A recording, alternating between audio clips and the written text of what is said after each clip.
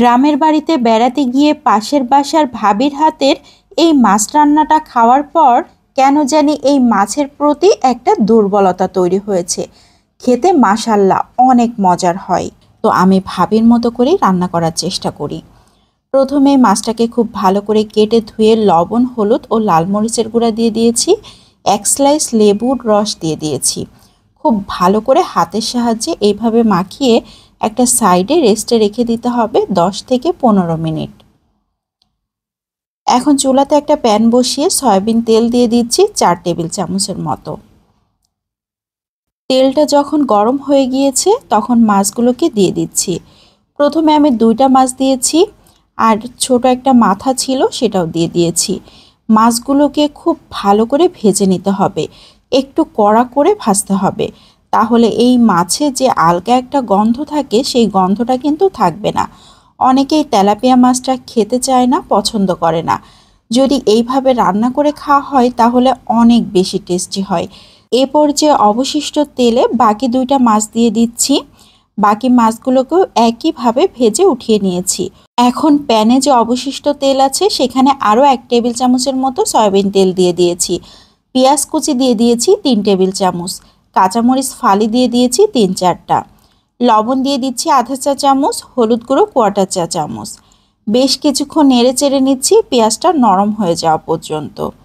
এ পর্যায়ে দিয়ে দিচ্ছি টমেটো কুচি। আমি 2টা টমেটো একদম মিহি কুচি করে নিয়েছি। টমেটো পেস্ট করে নিলেও হবে। খুব ভালো করে নেড়েচেড়ে এখন পানি দিয়ে দিচ্ছি সামান্য একটু। এ পর্যায়ে আবারও বেশ কিছুক্ষণ নেড়েচেড়ে ঢাকনা দিয়ে ঢেকে রান্না করে নেব 3-4 মিনিট। এই 3-4 মিনিটের মধ্যে টমেটোটা খুব ভালোভাবে নরম হয়ে আসবে। এখন অনবরত নাড়াচাড়া করে টমেটোটাকে খুব ভালো করে মিশিয়ে নিতে হবে পেঁয়াজের সাথে। আমি বেশ কিছুক্ষণ ধরে এইভাবে নাড়াচাড়া করে ভাজা ভাজা করে নিয়েছি। এখন দিয়ে দিচ্ছি পেস্ট করা মশলা। পেঁয়াজ পেস্ট 1 টেবিল চামচ, রসুন পেস্ট আধা চা চামচ, আদা পেস্ট দিয়ে দিচ্ছি আধা চা চামচ, জিরা পেস্ট 1 চা চামচ, ধনিয়ার গুঁড়া 1 চা চামচ, লাল মরিচের গুঁড়া আধা চা চামচ, কাঁচামরিচ পেস্ট দিয়ে দিয়েছি আধা চা চামচ। সব মশলাগুলো খুব ভালো করে নেড়ে চেড়ে নিচ্ছি। এখন সামান্য একটু পানি দিয়ে দিচ্ছি মশলাটাকে খুব ভালো করে কষিয়ে নেবার জন্য। মশলাটাকে অনেকক্ষণ ধরে নাড়াচাড়া করে এইভাবে কষিয়ে নিতে হবে। যখন তেলটা খুব ভালো মতো উঠে আসছে তখন ঝোলের পানি দিয়ে দিচ্ছি। এখানে আমি 1.5 কাপ পানি ব্যবহার করেছি। এখন খুব ভালো করে নেড়ে চেড়ে মশলার সাথে মিশিয়ে ভেজে রাখা মাছগুলোকে একে একে দিয়ে দিচ্ছি। তেলাপিয়া মাছটা একটু নরম টাইপের হয়, এই জন্য একদম মুচমুচে করে ভেজে যদি এভাবে রান্না করা হয় তাহলে টেস্টটা একদম পারফেক্ট আসে। এ পর্যায়ে নেড়ে চেড়ে ঢাকনা দিয়ে ঢেকে রান্না করে নেব 5 থেকে 6 মিনিট। এই 5-6 মিনিটের মধ্যে মাছটা কিন্তু অনেক সুন্দর হয়ে যাবে। খুবই সুন্দরভাবে বলক চলে এসেছে। ঝোলটা যে যেমন পছন্দ সেভাবে রাখতে পারেন।